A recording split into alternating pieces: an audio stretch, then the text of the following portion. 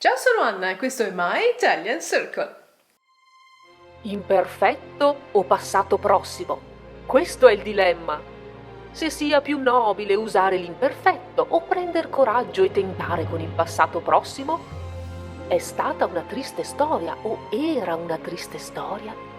Morivo, dormivo. O ho dormito, sono morto? Dormivo, forse sognavo. Ma no, ho dormito, forse ho sognato. Andiamo, non fatela così tragica.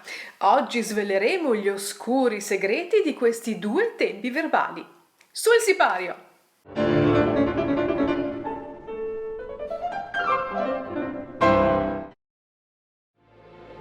Imperfetto o passato prossimo? This lesson is a response to a dilemma that troubles many learners of Italian, including several of my students. How do I know when to use the passato prossimo or the imperfetto? What is the difference? To make the right choice, first of all, we need to understand the nature of these tenses.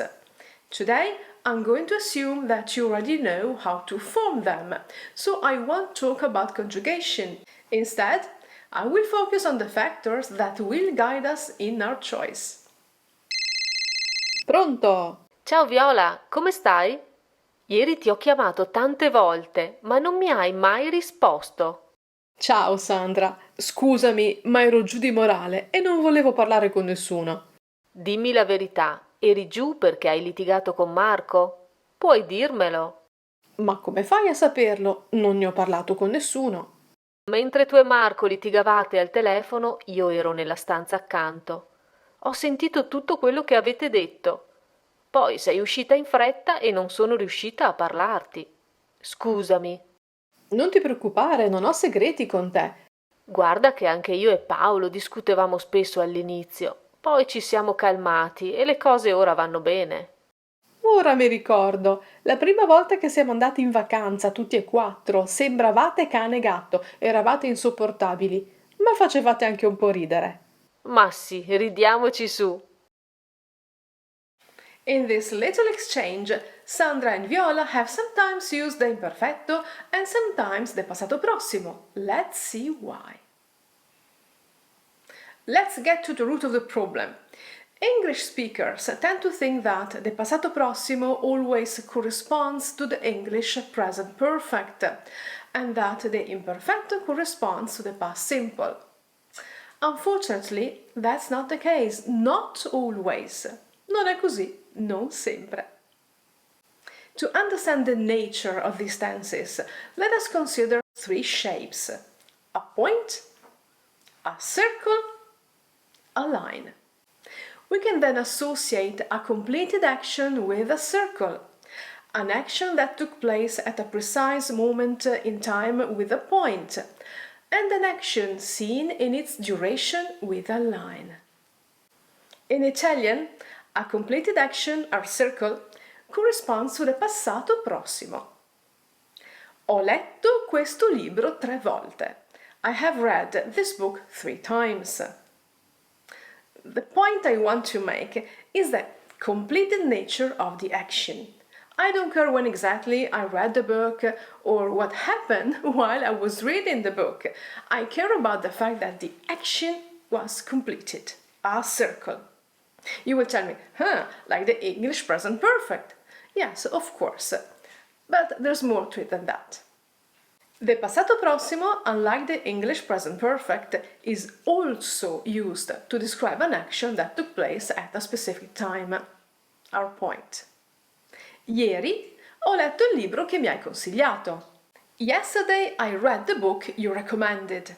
And here we come to the first important difference between the two verb systems.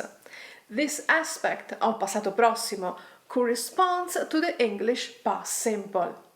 Therefore, depending on the nature of the action, the passato prossimo corresponds to a circle, action completed in general, or to a point, action completed at a specific time. And of course, the time frame is the past. Here is the beginning of a little dialogue. Let's listen to what Sandra says. Ciao Viola, come stai? Ieri ti ho chiamato tante volte, ma non mi hai mai risposto. Hi Viola, I called you many times yesterday, but you never answered. In this case, we use the passato prossimo to indicate an action that occurred at a specific time in the past, and the time frame is yesterday. Hai chiamato, hai risposto. In English, on the other hand, we use the past simple. I called you, you never answered. Let's listen now to Viola. Ciao Sandra, scusami, ma ero giù di morale e non volevo parlare con nessuno. I'm so sorry, but I was in a bad mood yesterday and I didn't want to talk to anyone. Ero, volevo are verbs in the imperfetto, used here to describe a situation, a state in the past. Ero triste, ero felice, ero allegra, la casa era gialla, il cibo era buono. Non volevo parlare describes an intention in the past, which lasted, we can imagine, throughout yesterday. And here we have a key concept for understanding the imperfecto, duration. The imperfecto describes an action or a state in the past seen in its duration. But usually this duration is not specified. It has no beginning and no end because we are not interested in that. We are interested in the fact that the action or the state lasted for some time. We do not describe the action as completed, but in its development. That's why we can associate the imperfecto with a line. Sandra and Viola again. Dimmi la verità, eri giù perché hai litigato con Marco? Puoi dirmelo. Ma come fai a saperlo? Non ne ho parlato con nessuno. Listen, Viola, tell me the truth. Were you upset because you had a fight with Marco? You can tell me. But how do you know that? I haven't told anyone about it. Eri giù? Were you upset or sad? Imperfetto. Viola was sad for more than just a moment. Duration. Hai litigato. You had a fight. Passato prossimo. The action of litigare, to argue, to have a fight, is seen as completed, a circle. It has happened once, una volta. Non ne ho parlato con nessuno. Action completed, even it's in negative form. Passato prossimo. Now, Sandra explains how she knows that Marco and Viola had a fight. Mentre tu e Marco litigavate al telefono, io ero nella stanza accanto. While you and Marco were arguing on the phone, I was in the next room. The magic word here is mentre, while. Litigavate and ero are both imperfetto. We have two simultaneous actions described in their duration or line. Mentre can also be replaced by quando. Quando litigavate ero nella stanza accanto. If you want to describe what was going on at a particular moment in the past, you can use stare in the imperfetto or stare plus gerund. That is the English past continuous. Mentre tu e Marco stavate litigando al telefono, io ero nella stanza accanto. Sandra again. Ho sentito tutto quello che avete detto. Poi sei uscita in fretta e non sono riuscita a parlarti. I heard everything you said. Then you left in a hurry and I couldn't talk to you. Ho sentito, avete detto, sei uscita, sono riuscita, all passato prossimo. In this case, used to express a sequence of actions occurring one after the other. Now, fast forward to the end of the dialogue. Ora mi ricordo, la prima volta che siamo andati in vacanza tutti e quattro, sembravate cane e gatto, eravate insopportabili, ma facevate anche un po' ridere. Now that I think about it, I remember the first time the four of us went on holiday together, you looked like cats and dogs, you were unbearable, but you were also a bit funny. La prima volta che siamo andati in vacanza. Passato prossimo, a completed action that happened once. Sembravate cane e gatto. Eravate insopportabili. Facevate ridere. Imperfetto. Used to describe states or actions that lasted duration in the past. Marco and Viola quarreled all the time, not just at a specific moment, and they were unbearable for the entire holiday. Thanks to Sandra and Viola, we are now ready to give an overview of the uses of these two tenses, adding some useful details. The imperfetto emphasizes the durative aspect of the action. The passato prossimo emphasizes the momentary and precise aspect of the action. If we want to describe something, il campeggio era bello, lei era alta, or talk about a past habit, studiavo tanto, andavo in vacanza al mare, we use the imperfetto. It's similar to the English form used to.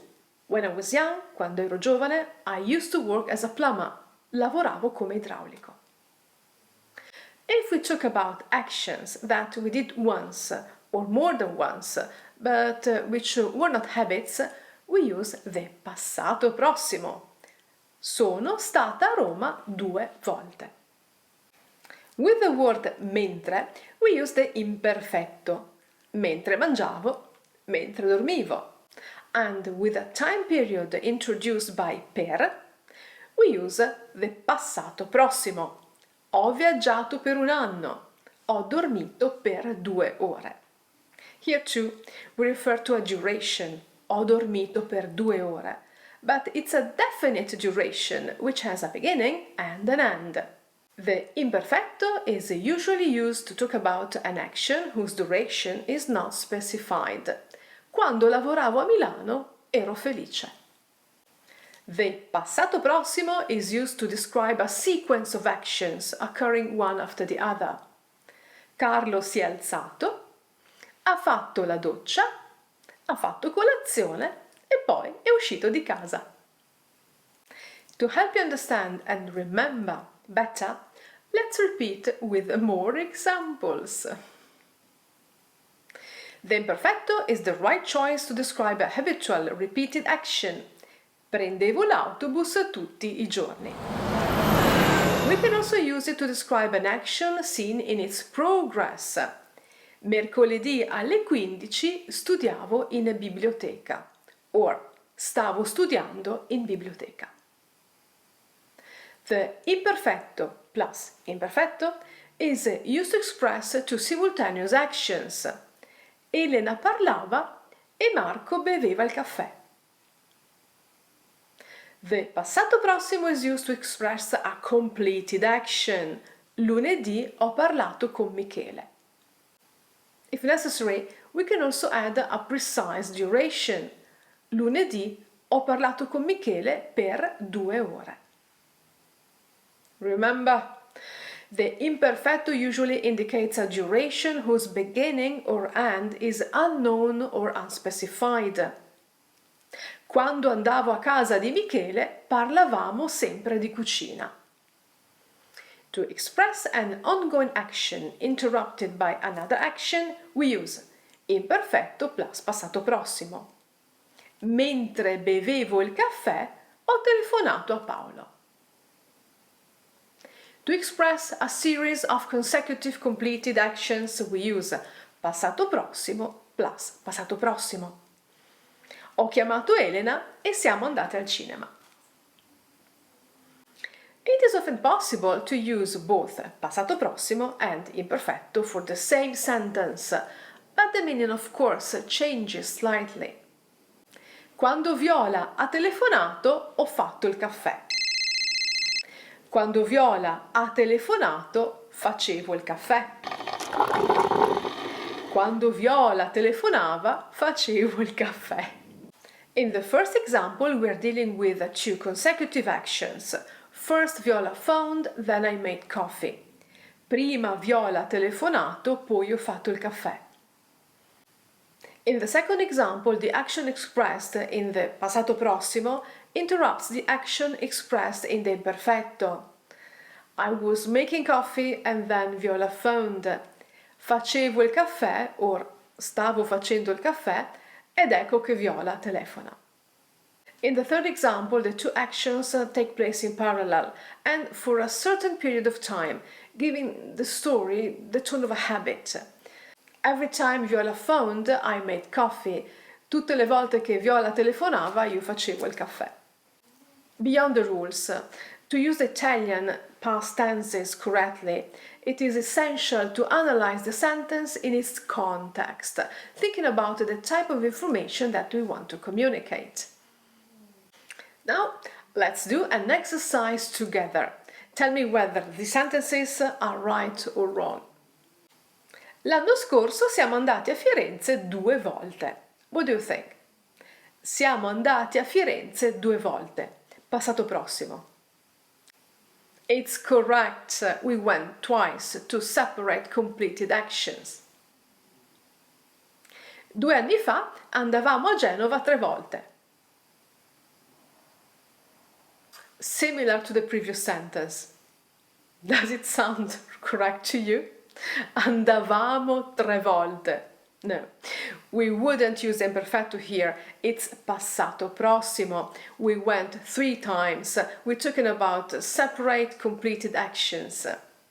Siamo andati a Genova una volta, e poi un'altra, e poi un'altra ancora. Actually, we could also use the passato remoto here. Andammo a Genova. But it's becoming increasingly uncommon, especially in spoken Italian. So I suggest you stick with the passato prossimo. Ieri sera mangiavo la pizza. Right or wrong? Ah, it doesn't sound right. I ate pizza yesterday night. It's a completed action. Ieri sera ho mangiato la pizza. Passato prossimo. Ieri sera ho mangiato la pizza quando mi hai telefonato. Here we have 2 actions. I was eating pizza when you called. And how can I express the past continuous? With the imperfetto.